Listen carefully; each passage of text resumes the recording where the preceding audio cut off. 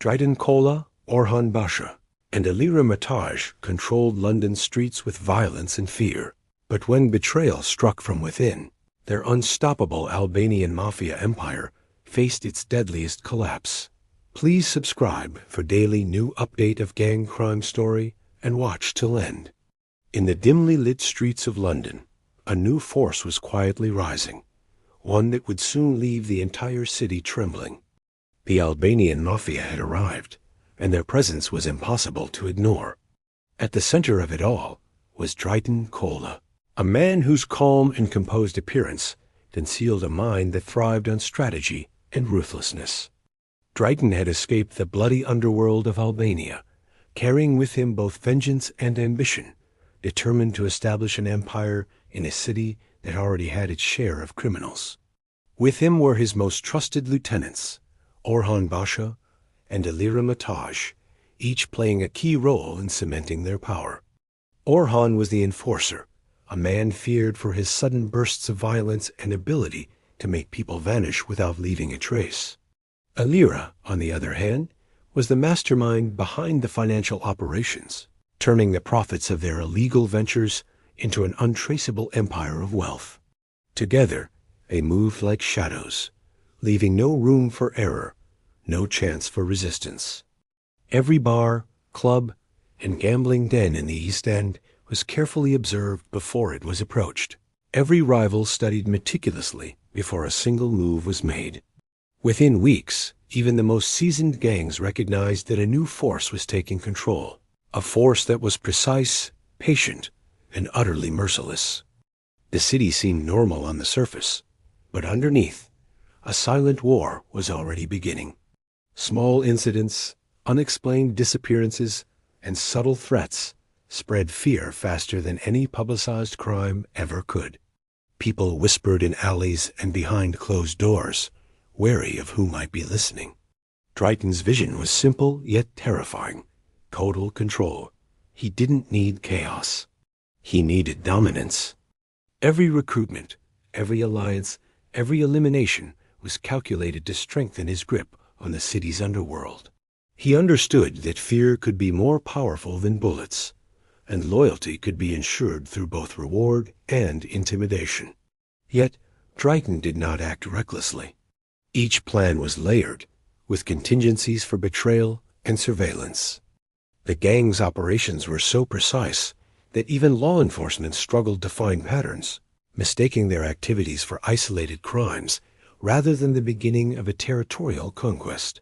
For Dritan, the ultimate prize was not just money or influence, but a reputation that would instill respect and terror in equal measure. As night fell over London, the streets felt heavier, charged with tension. Shadows seemed longer, and ordinary people sensed danger without knowing why. The Albanian Mafia's silent approach meant that by the time anyone realized they were under threat, it was often too late.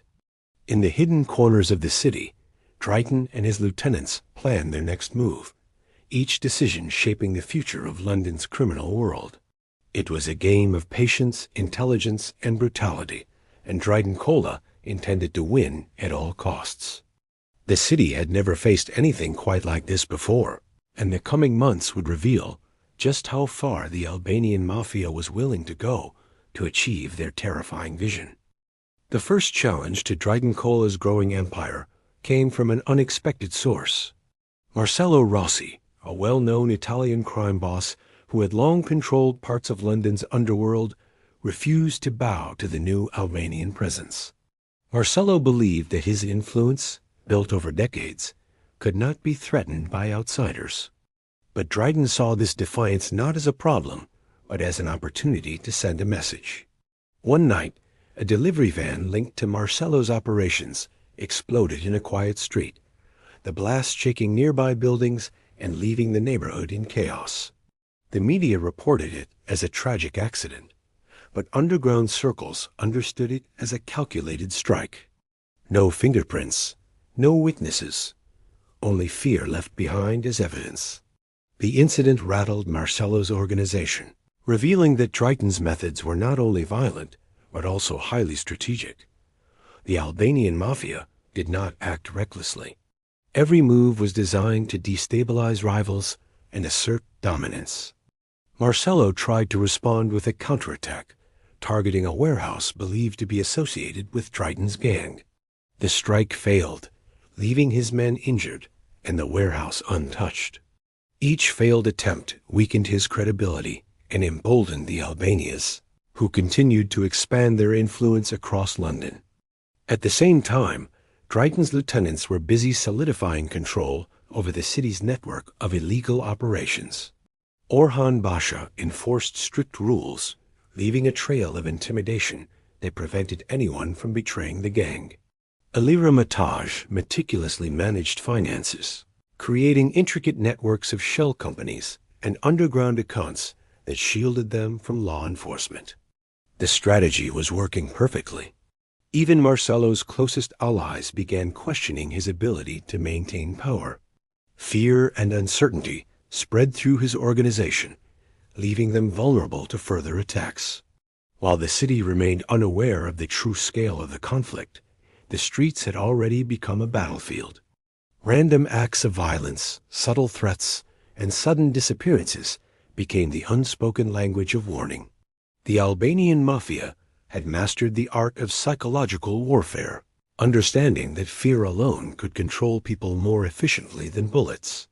Residents in affected areas avoided eye contact, whispered cautiously in shops, and watched their surroundings with suspicion. Rumors spread like wildfire, adding to the tension and making it difficult for law enforcement to discern truth from speculation. Dritan observed all of this with a cold, calculating gaze, knowing that each move brought him closer to his ultimate goal: total dominance over London's underworld. The Albanian Mafia had made their presence known, and any attempt to challenge them would come at a high cost. The city's criminals learned quickly that survival meant either submitting or disappearing. And as the nights grew darker, the sense of unease became palpable, signaling that the war for control had only just begun. Every shadow, every quiet street corner, every distant siren was now a part of a larger game, a game in which only the ruthless could thrive, and the slightest misstep could be fatal. Within weeks, Dritan Kola's influence stretched beyond London, reaching the cities of Manchester and Birmingham. The Albanian Mafia was no longer just a shadowy threat confined to the East End. It had become a network of power that extended across England. Dritan carefully selected new recruits, men and women with specialized skills who could operate without hesitation or conscience. Among them was Valan Haksa, a man whose reputation for efficiency and brutality was unmatched. Valan was a silent predator, eliminating obstacles with precision and leaving the authorities bewildered. Every hit he carried out sent a warning to rivals. No one could oppose Dritan's empire without facing consequences. Meanwhile, Elira Metaj expanded her financial control, establishing layers of shell companies, offshore accounts, and discreet investments. The sophistication of these operations made it nearly impossible for law enforcement to trace the flow of money. Even seasoned investigators struggled to piece together the network behind the Albanian Mafia's sudden dominance. Yet not everything was stable within the organization. Tensions began to surface as Orhan Basha, Dritan's enforcer, grew impatient. Orhan had been loyal in the past, but his ambitions were growing, and he started questioning Dritan's decisions. Small acts of defiance appeared: missed deadlines, unapproved operations, subtle challenges to authority. Dritan noticed these signs immediately. Years of surviving violent feuds in Albania had taught him that betrayal often came from within, and he acted swiftly to prevent any internal threats. Punishments were harsh and calculated, ensuring that loyalty was not a choice, but a necessity. Despite the growing tension, the gang's outward operations continued seamlessly. Illegal businesses thrived under Elira's meticulous oversight, and rival gangs learned quickly that any challenge would be met with ruthless retaliation. The Albanian Mafia's method was simple: maintain absolute control over every aspect of the organization while projecting an image of untouchable power to outsiders. This strategy extended beyond physical violence. It was a psychological game. Dritan understood that fear could achieve more than bullets alone. Rumors about the gang's reach, their unpredictable nature, and the disappearance of those who opposed them spread faster than any actual attack, creating an atmosphere of terror that paralyzed rivals before any confrontation even occurred. The cities they controlled were quietly transforming under their influence. Bars, clubs, and backstreet operations became extensions of their empire, feeding both power and wealth. The Albanian Mafia was no longer just a threat. It was an unchallengeable force. And yet, beneath the surface of precision and control, the seeds of internal conflict threatened to grow. Orhan's impatience, Valen's quiet ambition, and even Elira's subtle doubts hinted that Dritan's empire, while outwardly strong, was vulnerable to the human flaws that often destroy even the most calculated organizations. The stage was set for a dramatic turning point, one that would determine whether the Albanian Mafia would maintain dominance or crumble under the weight of ambition, betrayal, and the relentless pursuit of power. Every decision, every action, every shadowy movement carried consequences, and the city's underworld watched closely, knowing that the next strike could change everything. The war between the Albanian Mafia and London's underworld reached a new level when law enforcement began to notice patterns in the chaos. Detective Sophie Linton, a determined and skilled investigator, started piecing together fragments of intelligence pointing toward Dritan Kola's operations.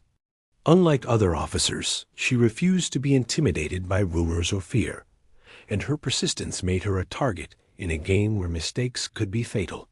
The Mafia, confident in their meticulous planning, initially underestimated her. They believed their network of fear, violence, and secrecy could withstand any attempt at infiltration. But Sophie's attention to detail allowed her to see connections others missed: disappearances, financial transactions, and coded messages that slowly revealed the gang's expanding empire. Dritan sensed a shift. The Albanian Mafia had thrived on invisibility and misdirection, but now the calculated moves of law enforcement threatened to unravel everything they had built.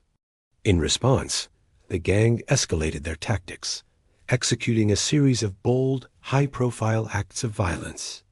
Rival gang members were systematically eliminated, witnesses were silenced through fear or disappearance, and the streets themselves became weapons of intimidation. Each strike served a dual purpose: to maintain control over territory and to send a clear warning to law enforcement that the Mafia was untouchable. Despite these measures, cracks began to show. Valen Haksa, Dritan's most efficient enforcer, started taking increasingly reckless risks, driven by personal ambition and a desire to demonstrate his value. Orhan Basha, though outwardly loyal, grew restless, chafing under Dritan's unyielding authority. Even Elira Metaj, the calm and calculating financial mind of the operation, quietly acknowledged the danger of their growing exposure.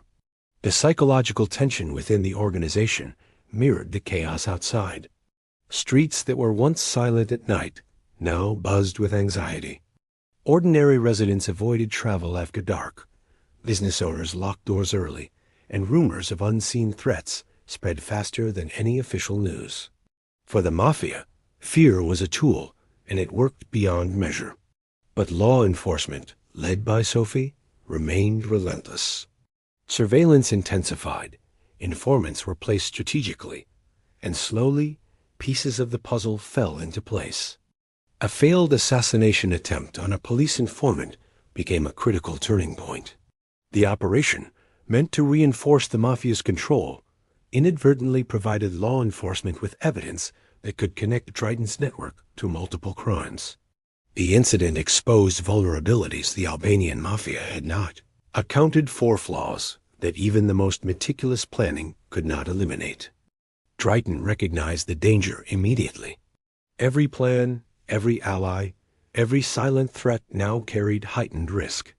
The empire he had built, so carefully and violently, teetered on the edge of exposure. With rivals watching and law enforcement closing in, the streets of London became a tense chessboard, where each move could result in dominance or destruction. The Albanian Mafia had controlled fear for months, but now they faced an enemy equally patient, equally calculating, and unwilling to yield. The coming days would determine whether Dritan Kola's empire could survive under the pressure of betrayal, law enforcement scrutiny, and the unpredictability of human ambition.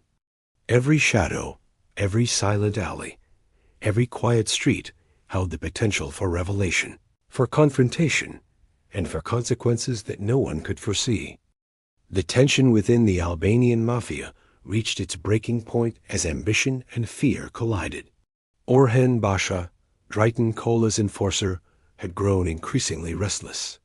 Months of silent obedience had done little to satisfy his hunger for power. Orhan believed that Dritan's empire could be taken, and he began planning a secret coup. In the shadows of an abandoned warehouse, he gathered a small faction of loyalists willing to challenge Dritan's authority. Every detail was carefully plotted: the timing, the weapons, and the escape routes. Orhan knew that if he succeeded, he would control not only London as criminal network, but also the Albanian Mafia as expanding influence across England. However, Dritan's experience in navigating betrayals ran deep. Years of surviving feuds and violent conflicts in Albania had sharpened his instincts. He sensed the shifting loyalties, noticing subtle defiance in Orhan's behavior and the whispered conversations that carried hints of conspiracy. Dritan prepared his own countermeasures quietly, knowing that a direct confrontation without strategy could destroy the organization he had built. The fateful night arrived, tense and heavy with anticipation. Orhan made his move, attempting to assassinate Dritan during a clandestine meeting. But Dritan, ever vigilant, had anticipated the betrayal. The ambush failed disastrously for Orhan, who was killed in the confrontation, his plans scattered along with his loyal faction. The swift and brutal outcome sent an immediate message to everyone within the organization. Betrayal would not be tolerated, and loyalty was enforced with blood. The surviving members of the gang, previously unaware of Orhan's ambitions, now understood the lethal consequences of disloyalty. While the internal power struggle ended, the external pressures continued to mount. Rival gangs, emboldened by the internal strife, began forming temporary alliances to challenge the Albanian Mafia's dominance. They struck quickly, hoping to exploit the cracks they perceived in Dritan's empire. Yet Dritan responded with calculated aggression, eliminating threats with precision, showing that internal betrayal had not weakened his authority. Elira Metaj, the financial mastermind, quietly assessed the unfolding chaos. Though she had previously questioned certain decisions, she now recognized the necessity of maintaining cohesion within the gang. Her control over finances and resources became even more critical as the empire faced simultaneous pressure from rivals and internal dissent. The streets of London, once vibrant and alive, had transformed into a tense battleground. Random acts of violence, silent warnings, and sudden disappearances continued to define the landscape. Residents navigated the city with caution, aware that the Albanian Mafia's reach extended to every corner, but unable to predict when the next strike would occur. Dritan's power, though challenged, emerged reinforced by his decisive handling of Orhan's betrayal. The lesson was clear. The empire could survive internal ambition and external threats alike, but only under strict control and relentless strategy. The Albanian Mafia had solidified its grip, yet the war for dominance was far from over. Each decision, each strike, and each calculated act of intimidation carried the weight of life and death, leaving the city teetering on the edge of chaos and terror.